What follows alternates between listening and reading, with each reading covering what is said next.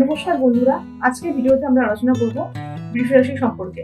চলুন জেনে নেওয়া যাক প্রেম, কেরিয়ার ও স্বাস্থ্য নিয়ে এই রাশির ভবিষ্যৎ ও বৈশিষ্ট্য।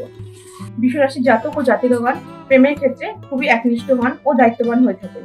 বৃষ রাশির জাতক জাতিকাগণ খুব ইমোশনাল প্রকৃতির হন, আর তারা যাকে ভালোবাসেন তারা খুব মন প্রাণ দিয়ে ভালোবাসে। তাদের ভালোবাসা থাকে স্থায়িত্ব ও নিরাপত্তা। এই জন্য বৃষ রাশির কোনো জাতক বা জাতিকার সাথে সম্পর্ক স্থাপন করতে গেলে আপনাকে ধৈর্য ধরতে হবে। তার কারণ তারা ধীরে ধীরে সম্পর্ক তৈরি করে এবং সেই সম্পর্ক অনেক মজবুত হয়। কর্মজীবনে বৃষ রাশির জাতক ও জাতিকাগণ অত্যন্ত পরিশ্রমী ও স্থিতিশীল হয়ে থাকেন।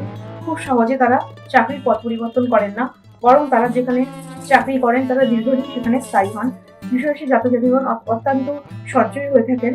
এছাড়া ফ্যাশন ডিজাইনিং, কৃষি, অ্যাসেস্ট এই সমস্ত কাজকর্ম তাদের ক্ষেত্রে শুভ হয়। আর তারা যেখানেই কাজ করুক না কেন সেখানে অত্যন্ত নির্ভরযোগ্য করতে হয়। স্বাস্থ্যের দিক থেকে বৃষ রাশির জাতক ও জাতিকাগণদের নিজেদের দিকে বিশেষ যত্ন নেওয়া দরকার। গলা বা গলার টনসিল সংক্রান্ত সমস্যায় বৃষ রাশির জাতক জাতিকাগণ ভুগতে পারেন। এছাড়াও এই রাশির জাতক ও জাতিকাগণ খেতে পছন্দ করেন, এই কারণে তাদের মধ্যে একটা ওজন বেড়ে যাওয়ার প্রবণতা থাকতে পারে।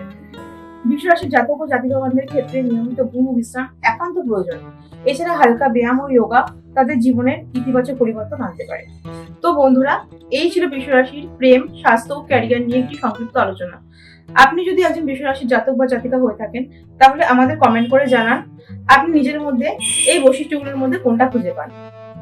আর আপনি যদি নিজের বিস্তারিত কুণ্ডলী, বাস্তুশাস্ত্র ও তন্ত্রমতে প্রতিকার করতে চান তাহলে যোগাযোগ করতে পারেন অভিজিৎ জ্যোতিষ পয়েন্ট কলকাতার সাথে।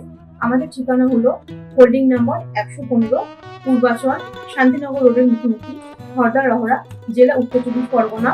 আর আমাদের পিনকোড হলো 7,108,000। আমাদের ফোন নাম্বার হলো 9073661063।